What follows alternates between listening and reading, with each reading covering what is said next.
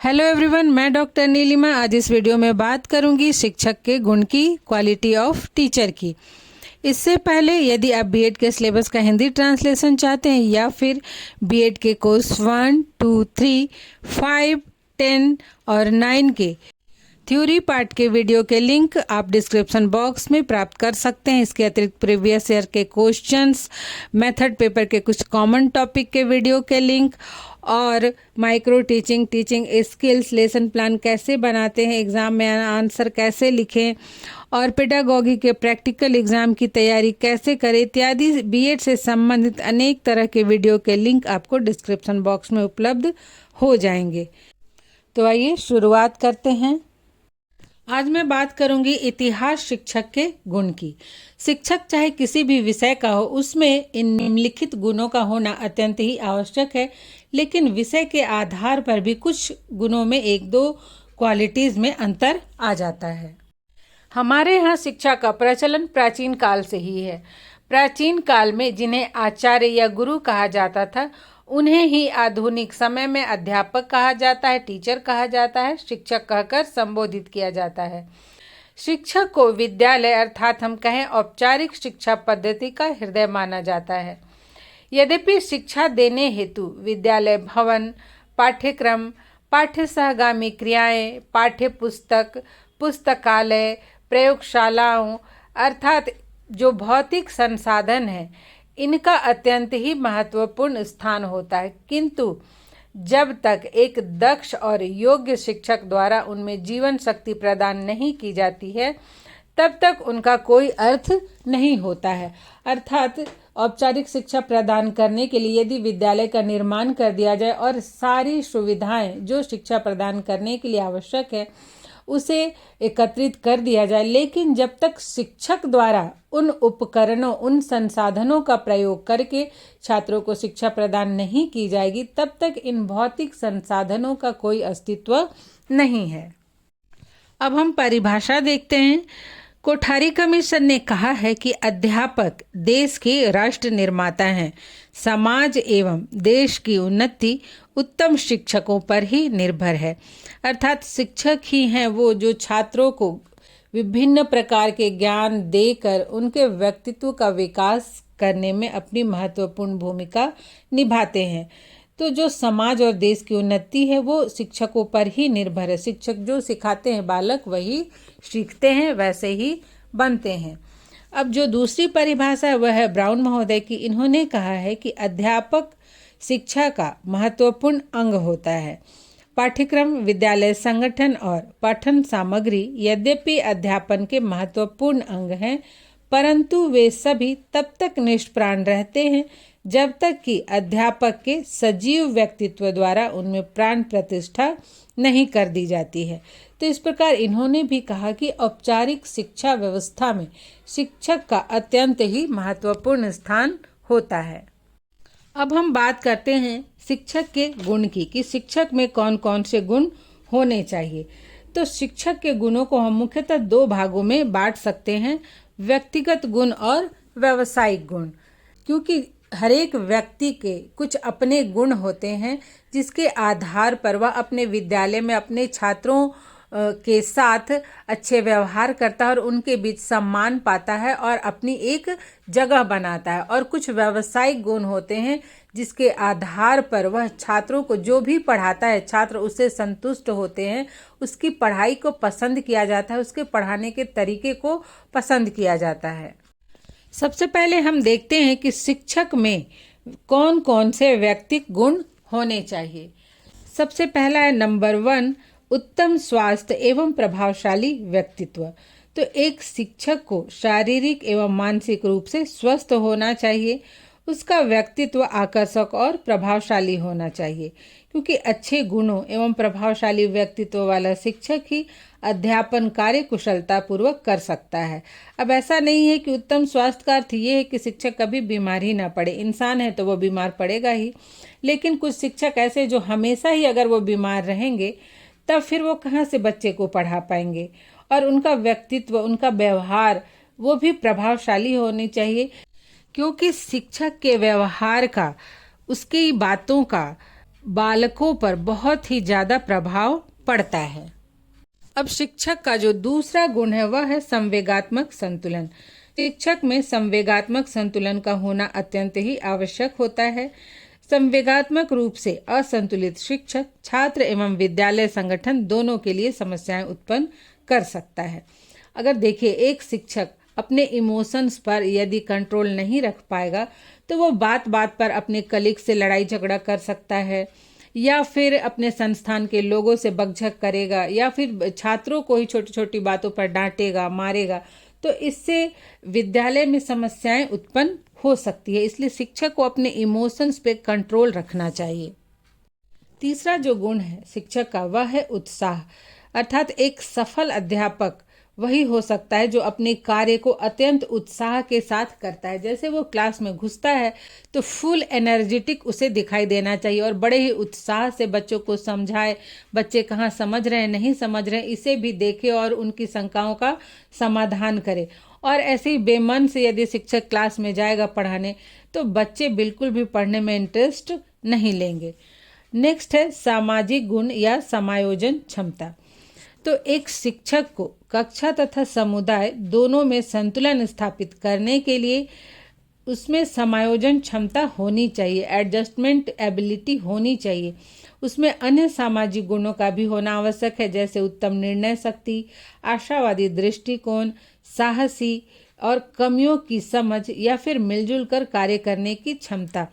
तो चूंकि हम बच्चे का सामाजिकरण करते हैं शिक्षा के द्वारा और समाज के जो भी क्वालिटीज हैं वो बच्चे में डेवलप करते हैं, उन्हें समाज में रहने योग्य बनाते हैं, तो खुद शिक्षक में भी समायोजन क्षमता होना चाहिए और सामाजिक गुण अवश्य ही होने चाहिए।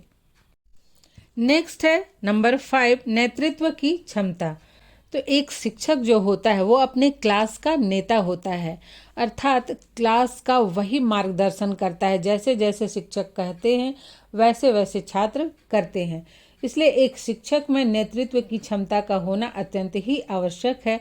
अपने इन्हीं गुणों, नेतृत्व के प्रभाव के कारण ही वह अपने छात्रों के बीच आदर पाता है और साथ ही साथ छात्रों का पथ प्रदर्शन करता है। केवल कक्षा में ही नहीं, विद्यालय में अन्य जो भी क्रियाएं होती हैं, को करिकुलर एक्टिविटीज होती हैं, तो वहाँ शिक्षक ही छात्रों का नेतृत्व करता है, उन्हें बताता है कि उन्हें क्या करना है, कैसे करना है, कब करना है। नेक्स्ट है नंबर 6, उच्च चरित्र व दृढ़ संकल्प। चूंकि शिक्षक को राष्ट्र निर्माता कहा गया है, तो राष्ट्र निर्माता होने के नाते उसका चरित्र निर्मल होना चाहिए। एक शिक्षक को दृढ़ संकल्प वाला व्यक्ति भी होना चाहिए। अध्यापक के चरित्र का प्रभाव विद्यालय के समस्त छात्रों पर पड़ता है और छात्र शिक्षक का अनुकरण करते हैं। जैसे कि जो बच्चे होते हैं वो टीचर्स को देखते हैं और उन्हीं की तरह बनने का प्रयास करते हैं। इसलिए शिक्षक को अपने चरित्र पर विशेष ध्यान देना चाहिए और वो जो भी कार्य करने का संकल्प ले तो उसे पूरा करने का प्रयास करना चाहिए। नेक्स्ट है नंबर 7, मित्रता एवं सहानुभूतिपूर्ण व्यवहार। शिक्षक को अपने छात्रों तथा सहयोगियों के साथ मित्रता एवं सहानुभूतिपूर्ण व्यवहार करने वाला होना चाहिए।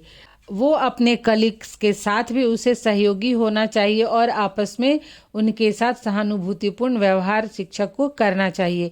उसी तरह कक्षा में भी छात्रों के साथ यदि वो मित्रतापूर्ण व्यवहार रखेगा, सहानुभूतिपूर्ण व्यवहार रखेगा, तभी छात्र शिक्षक से अपनी बातें खुलकर बता पाएंगे, अपनी समस्याओं को बता पाएंगे। नेक्स्ट है नंबर 8, सहनशीलता एवं धैर्य। तो एक शिक्षक को सहनशील एवं धैर्यवान भी होना चाहिए, तभी वह छात्रों का समुचित विकास कर सकता है। अर्थात बहुत सारी ऐसी परिस्थितियां आती हैं, कई ऐसी घटनाएं हो जाती हैं जब लगता है कि नहीं अब और सहन नहीं होगा या फिर एकदम क्रोधित हो सकता है शिक्षक, तो उसे वैसी परिस्थिति में धैर्य रखना चाहिए। तो यदि शिक्षक धैर्यवान होगा, सहनशील होगा, तब ही वह विपरीत परिस्थितियों में अपने को कंट्रोल में रख सकता है। नेक्स्ट है नंबर 9, निष्पक्षता। तो सबसे बड़ी बात जो है वो कि शिक्षक को सभी छात्रों के साथ समान व्यवहार करना चाहिए, उसका व्यवहार निष्पक्ष होना चाहिए। निष्पक्षता का अर्थ है कि किसी भी छात्र में जाति पाति के आधार पर या क्षेत्र के आधार पर, धर्म या अमीरी गरीबी के आधार पर किसी प्रकार का भेदभाव नहीं करना चाहिए। उसकी नज़र में सारे छात्र एक समान होने चाहिए। कभी कभी हमें ऐसे देखने को मिलता है कि जो शिक्षक होते हैं तो यदि उनके क्षेत्र के हो गए या उनकी जाति के हो गए तो उन पर ज़्यादा ध्यान देते हैं, तो इस तरह से नहीं करना चाहिए। नेक्स्ट है नंबर 10, अनुशासित एवं समय का पाबंद। तो एक शिक्षक को अनुशासित अवश्य होना चाहिए, उसे समय से विद्यालय आना चाहिए, समय का पाबंद भी होना चाहिए, कक्षा समय से लेना चाहिए।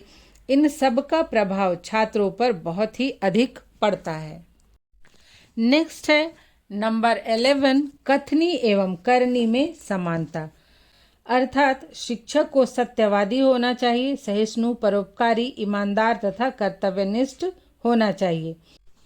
शिक्षक की कथनी एवं करनी में अंतर नहीं होना चाहिए। जैसे मान लीजिए यदि वो बच्चों को सिखाना चाहता है कि आपस में प्रेम से मिलजुल कर रहना चाहिए, और यदि वो खुद ही अपने कलीग से लड़ाई झगड़ा करेगा, मिलजुल कर नहीं रहेगा, तो फिर बच्चे उसकी बातों पर क्या भरोसा करेंगे, बल्कि उसकी बातों पर हंसेंगे। तो इस तरह से शिक्षक जो भी कहता है उसे अपने व्यवहार द्वारा उसे प्रदर्शित करना चाहिए। अब हम देखेंगे कि शिक्षक में कौन कौन से व्यावसायिक गुण होने चाहिए।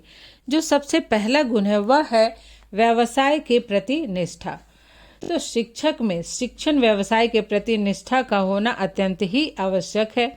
उसमें अन्य चाहे कितने भी गुण क्यों ना हो, यदि उसमें यह गुण नहीं होगा, अर्थात शिक्षण व्यवसाय के प्रति उसमें निष्ठा नहीं होगी, तो कभी भी वह अच्छा शिक्षक नहीं बन सकता है। एक कहावत है कि बैठे से बेरोजगार भला वाली कहावत कभी भी चरितार्थ करने के लिए शिक्षण व्यवसाय को नहीं अपनाना चाहिए।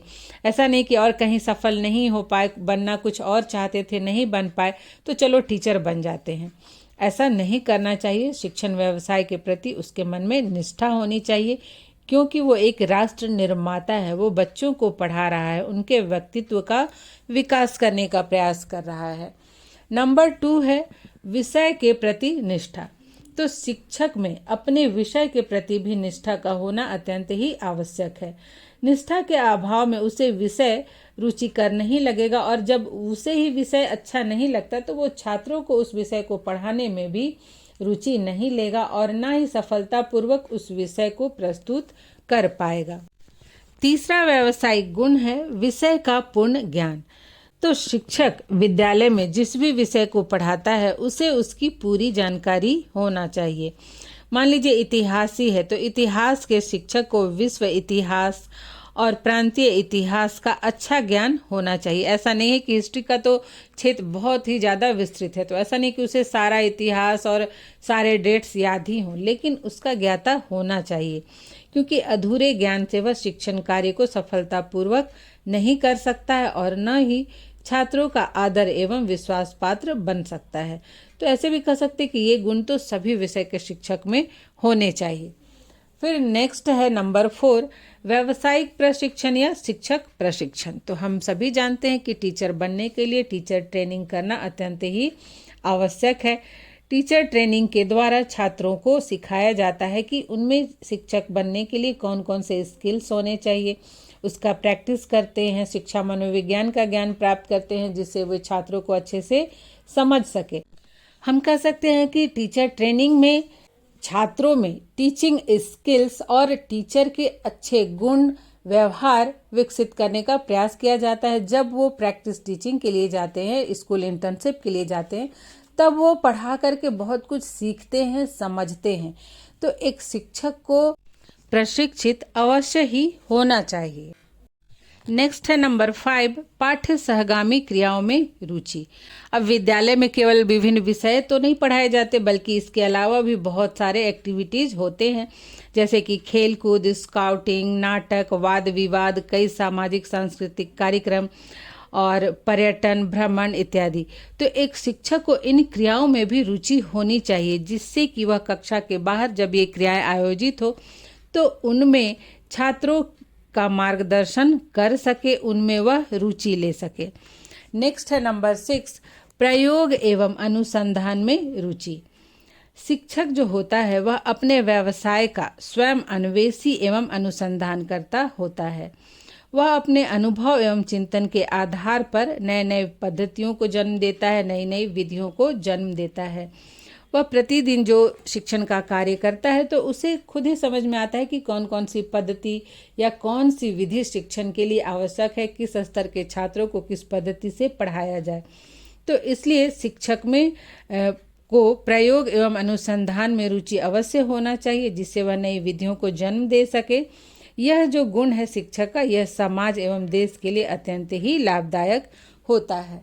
नेक्स्ट है नंबर 7, बाल मनोविज्ञान का ज्ञान या छात्रों को समझने की योग्यता।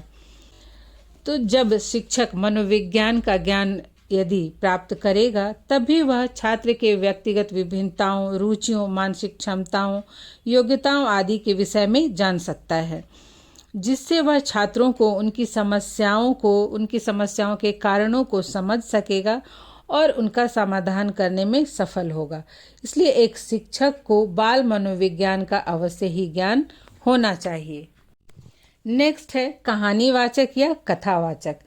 तो ये गुण इतिहास के शिक्षक में भी होने चाहिए, हिंदी के शिक्षक में होने चाहिए, इंग्लिश के शिक्षक में होने चाहिए, अर्थात जो लिटरेचर के शिक्षक हैं या सोशल साइंस के शिक्षक हैं उनमें अवश्य ये गुण होना चाहिए। विशेषकर इतिहास में बहुत सारी घटनाओं को विशेषकर छोटे बच्चों को कहानी के माध्यम से बताया जाता है। कहानी को प्रभावपूर्ण ढंग से कहने की कला में एक शिक्षक को दक्ष होना चाहिए। प्रभावपूर्ण ढंग अर्थात शब्दों और भावों के अनुसार कहानी को उतार चढ़ाव के साथ और फेस एक्सप्रेशन के साथ यदि समझाया जाए तो बच्चे बहुत ही रुचि से सुनते हैं और उसे समझते हैं तथा याद भी करते हैं। नेक्स्ट है नंबर 8, समसामयिक घटनाओं का ज्ञान। तो प्रत्येक जो घटनाएं हैं, वर्तमान की घटनाएं होती हैं, उनका जड़ इतिहास में ही होता है। बिना पूर्व कारण के कोई भी घटना नहीं होती है। यदि हम किसी भी घटना का अध्ययन करना चाहें तो उसके ऐतिहासिक परिप्रेक्ष्य में जाना आवश्यक होता है।